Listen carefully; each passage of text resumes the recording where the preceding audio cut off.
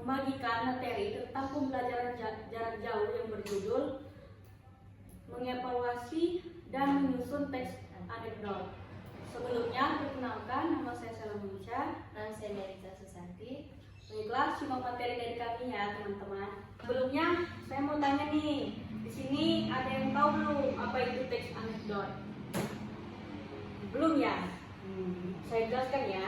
Jadi, teks anekdot ini merupakan sebuah karangan, cerita atau kisah yang bisa jadi berdasarkan pengalaman hidup seseorang yang diulas secara singkat, pendek, dan lucu tentang berbagai topik serta pendidikan, politik, hukum, sindiran. Kita ketahui, teks anekdot ini juga memiliki tujuan yang ditujukan untuk pembaca dalam setiap kisah cerita yang ditulis. Tujuan-tujuan tersebut merupakan latar belakang bagi pengarang atau penulis untuk menulis sebuah teks anekdot. Mengapa seseorang menulis teks anekdot? Yang pertama itu, untuk saya tuliskan ya teman-teman. Yang pertama itu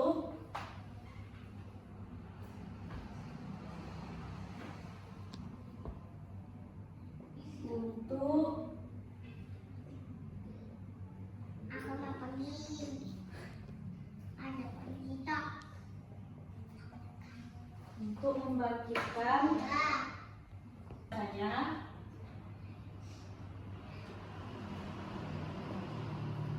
bagi pembaca. Yang kedua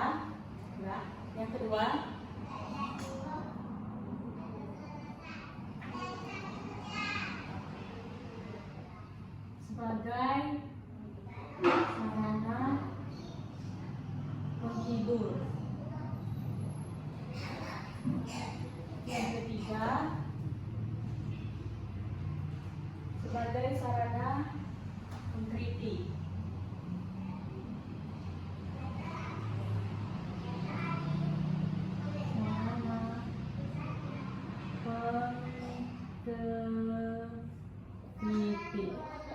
Nah, jadi ini teman-teman tujuan dari diadakannya teks anekdot.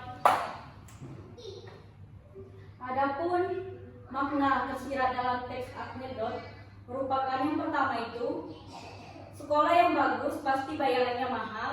Yang kedua, sekolah yang bagus dan bayarannya mahal hanya bisa diakses oleh orang-orang berduit saja. Yang ketiga, banyak industrialisasi kapitalisasi dalam bidang pendidikan. Yang keempat, sekolah yang bayarannya mahal belum tentu bagus. Dan yang kelima, banyak jenis iuran yang dipungut di sekolah yang bagus.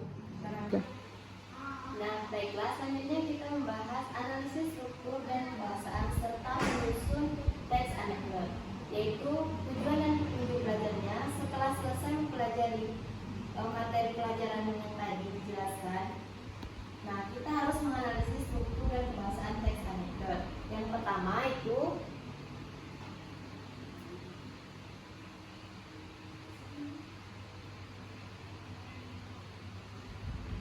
mengidentifikasi struktur teks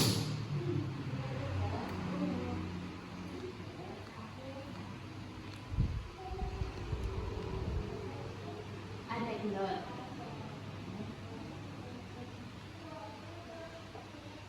Nah, adapun dalam struktur anekdot ini ada orientasi, ada peristiwa, klimaksi, dan penutup. Yang kedua itu mengidentifikasi kebahasaan teks anekdot.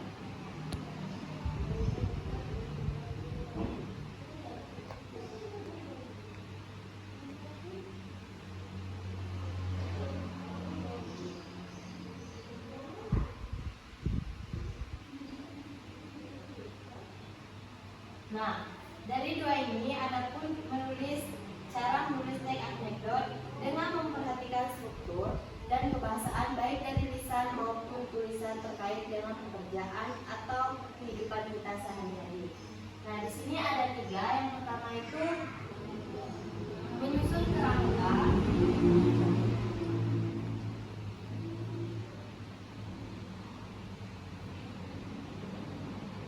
teks anekdot,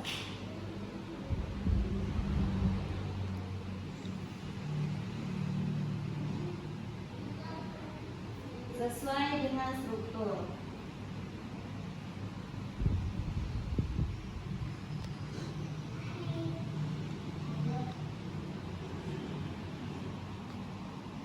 Yang kedua yaitu menulis teks anekdot.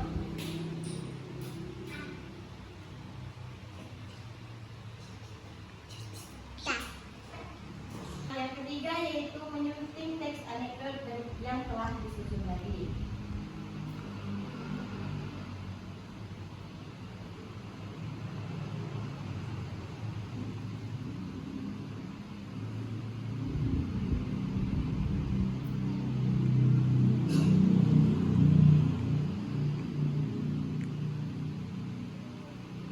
Nah, yang kedua yaitu ada struktur teks anekdot. Yang pertama ada abstraksi. Nah, bagian ini terletak pada bagian awal paragraf. Nah, berisikan tentang gambaran awal tentang isi dari teks anekdot. Adapun contohnya yaitu di suatu pagi, Angga lagi asik menyantap soto di warung makan favoritnya. Sesuai merasa kenyang, Angga langsung berdiri dan bergegas pulang. Yang kedua yaitu orientasi. Bagian ini berisikan awal mulai, latar belakang terjadinya suatu peristiwa atau kejadian. Nah, yang kedua yaitu ada teks bagian orientasi. Nah, bagian ini berisikan tentang awal mula, latar belakang terjadinya suatu peristiwa atau kejadian yang terjadi di dalam teks ini. Nah, contohnya itu di tengah-tengah berpergian untuk pulang, Angga tertimpa musibah berupa kecelakaan karena kena serempet sepeda motor yang lagi ugal-ugalan. Akibat kecelakaan itu akhirnya putus sandal Angga. Nah, yang selanjutnya yaitu kaidah kebahasaan teks anekdot. Nah, teks anekdot ini memiliki kaidah kebahasaan tersendiri yang berbeda dari teks yang lainnya. Kaidah kebahasaan di dalam teks anekdot adalah sebagai berikut. Ada 6. Yang pertama, kita menggunakan kata keterangan waktu lampau, misal dahulu, tahun, bulan, lalu, waktu itu, dan lain-lainnya. Yang kedua yaitu menggunakan kata penghubung yang dibagi menjadi konjungsi antara kata yang satu dengan kata yang lainnya. Dan yang ketiga yaitu terdapat penggunaan kata kerja atau verbal. Contoh, membaca, tertawa, berjalan, terdiam, dan lain-lain. Nah, yang keempat yaitu urutan peristiwa berdasarkan waktu. Yang kelima menggunakan jenis pertanyaan retorik, yaitu kalimat pertanyaan yang tidak mengharuskan untuk dijawab. Nah, yang keenam yaitu menggunakan kalimat perintah. Contohnya, buanglah, ambillah, catatlah, perhatikanlah, dan lain-lainnya. Nah, selanjutnya itu membuat kerangka teks anekdot. Nah, urutan lebih lengkap lagi untuk selanjutnya yaitu yang pertama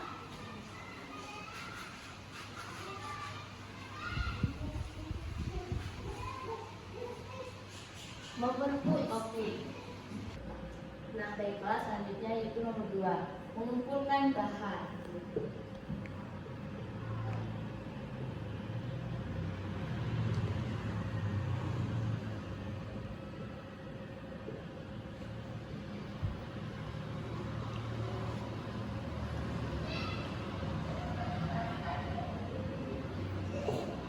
Nah, yang mengumpulkan bahan ini itu dibagi menjadi 2. Yang pertama itu pesan moral apa yang kita sampaikan. Yang kedua, humor apa yang akan kita pilih untuk menyampaikan pesan moral. Nah, yang selanjutnya itu ada reaksinya. Waktu terus berjalan, tapi tetap ada sesuatu yang bisa dimasukkan oleh Ibu Hasan. Nah, yang kodanya setelah warga selesai melampiaskan amarah dan meninggalkan, ibu datang memeluknya. Selanjutnya itu menyunting teks anekdot. Nah, menyunting teks anekdot ini dilakukan setelah teks anekdot selesai dibuat. Adapun langkah-langkah menyunting anekdot ini dibagi menjadi 4. Yang pertama menyunting teks, di mana menyunting itu mengoreksi teks yang sudah dibuat, koreksi teks berdasarkan kesesuaian isi dengan topik. Nah, yang kedua yaitu merevisi teks sesuai dengan hasil syutingnya tadi. Pada tahap ini, penulis ulang teks yang sudah disunting tadi. Nah, yang ketiga yaitu pendapatan ide. Teks yang sudah dibuat diindahkan dulu atau ditinggalkan terlebih dahulu. Setelah beberapa jam, teks yang sudah ditulis, bacalah apakah masih ada yang salah atau sudah sesuai dengan harapan. Kalau masih ada salah satu yang salah, yaitu dibenahi lagi. Nah, yang terakhir yaitu memberikan judul. Judul yang dipilih harus yang menarik. Ya. Oke. Nah, baiklah teman-teman, untuk penyampaian materi teks anekdote tadi telah kami sampaikan. Kami mohon maaf. Saya akhiri. Wassalamualaikum warahmatullahi wabarakatuh.